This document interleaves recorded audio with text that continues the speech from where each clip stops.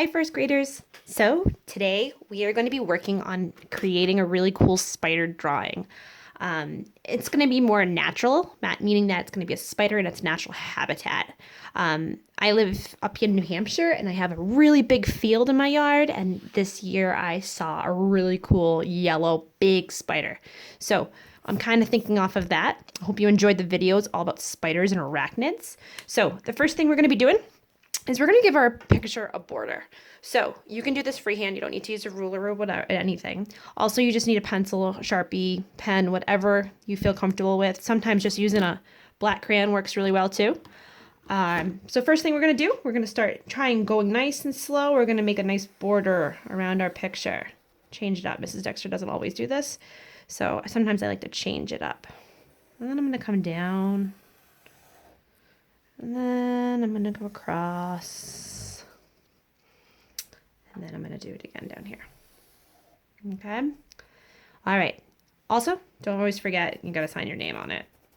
I forgot those on my other videos, but that's always a good thing to always start with.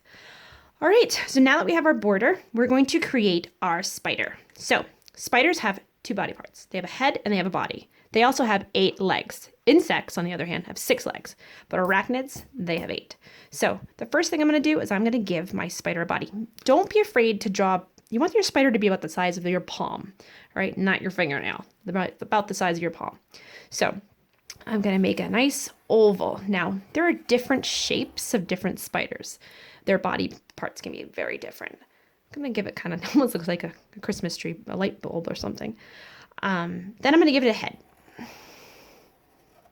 Now, they also do have a mouth. That's how they kind of capture their prey. So I'm going to give it a mouth. You can kind of do that any way you like. If you just want to make it with one, like a sideways C, that works well too. I'm going to go in and give my spider some eyes. They have compound eyes, meaning that they have 2 eyes, but inside those eyes, there's a whole bunch of lenses in those eyes. So they can see really, really well. Then I'm going to add my 8 legs. I'm going to do 4 on one side, 4 on the other. So I'm going to go up, down. I'm going to go back. So there's 1 leg. 2, 3, 4. Then I'm going to do it again. 1, 2, 3, 4. Awesome. Now I want you to be thinking about a pattern for your spider's body. All right, so what kind of cool design or pattern could you think of?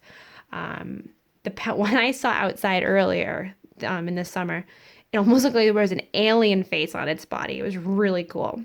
So what I'm going to do is I'm just going to kind of go with it. Let's see. Maybe I'll make a line on one side.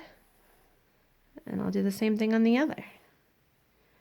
Maybe I go up on one side, go up in the other. When you do something on one side and you do the exact same thing on the other, that's called symmetry.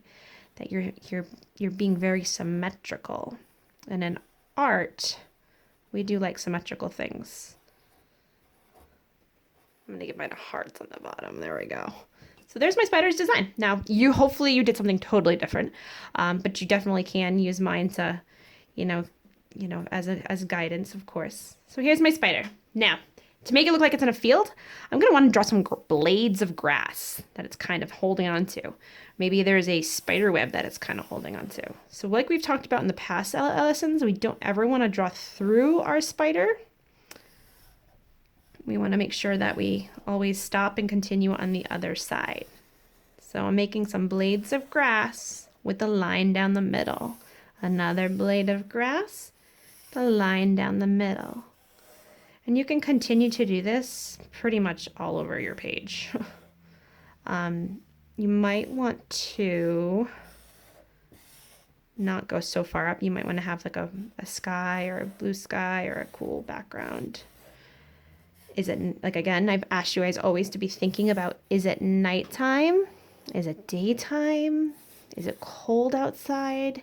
What kind of colors could you use to make that feeling? I'm going to give it one more blade of grass that he or she's holding on to. Okay, maybe you want to make a cool spider web right here. Spider webs can be kind of tricky, but you can kind of almost like making umbrellas.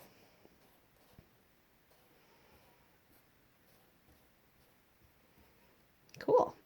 All right, so then up here, what could we do? Is it nighttime, daytime? You decide, maybe some clouds, maybe a bee flying or a butterfly flying by. I think I'm gonna go with the nighttime sky again, just because I'm kind of liking the way that it feels nice and calm. All right.